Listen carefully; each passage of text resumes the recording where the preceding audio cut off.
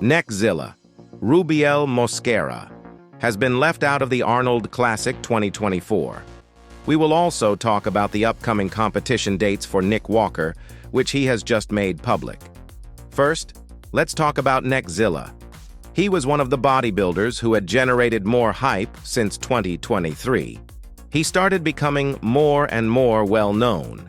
He has been gaining attention from people since he stepped onto the stage in recent competitions, making an impact on the world. Even on his Instagram, his reach is increasing.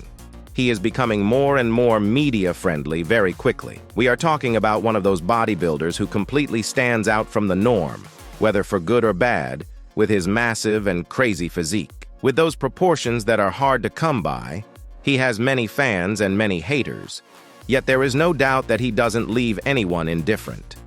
It's a shame that we'll miss him at the Arnold, seeing that he would have brought a lot to the table and could have been comfortably competing with Andrew out for a third position. In these days leading up to the competition, we saw him even more defined than usual. He is still massive. He is still crazy. However, he had more cuts. He was drier than the last times he competed.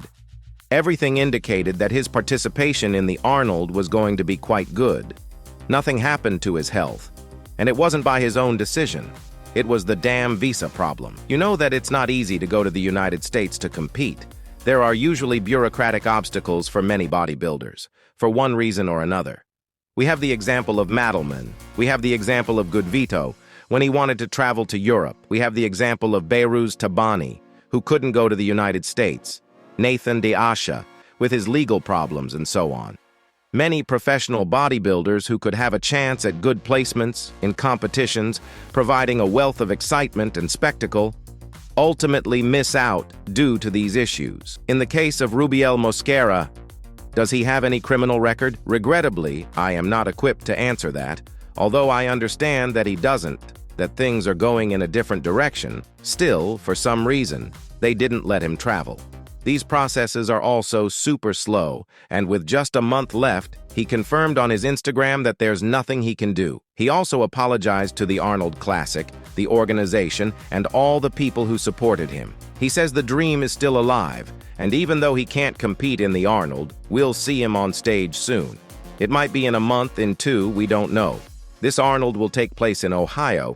Nevertheless, there's also an Arnold UK.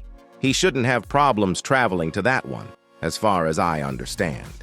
Anyway, don't worry.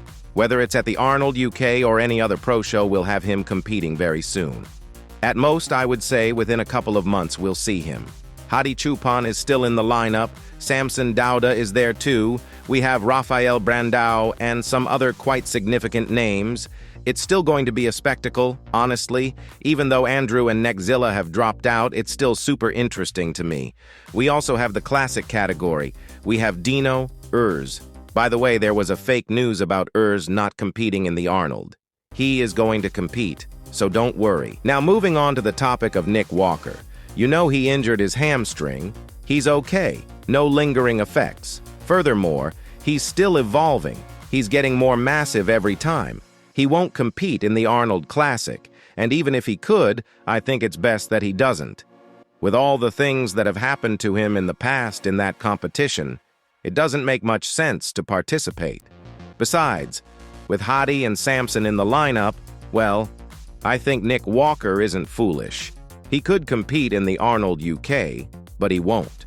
He's going to compete in the New York Pro, which probably, of all the bodybuilding pro shows after the Olympia and the Arnold, is the most important and also one of the most competitive. As far as I know, Tonio Burton is confirmed to be competing in that show. He's a bodybuilder who's improving a lot, has insane aesthetics, and is massive. I don't know to what extent he can be a threat to Nick, but that guy has a lot of level. We also have Blessing Awadibu. I don't know if he's participating this year. He calls himself the King of New York. Well, he's more like the Jester of New York. We all know Blessing. The New York Pro, I tell you, it's not going to be a walk for Nick. It's not going to be here that he participates and wins without a hitch. For now, we have Tonio Burton, and we'll see if more names join. Let's hope Andrew doesn't show up or anyone else and give him a scare. The competition is going to be on May 18th. That means we have to wait all of February, March, April, and almost all of May. There are approximately 4 months left for Nick Walker to step on stage. And considering the condition he's in, if he wants, he can be ready in a month. However, he wants to improve more, bring his best version now after being injured, so we'll have to wait. I'll keep you informed about everything that happens. And nothing more for today's video. I hope you liked it. See you in the next one.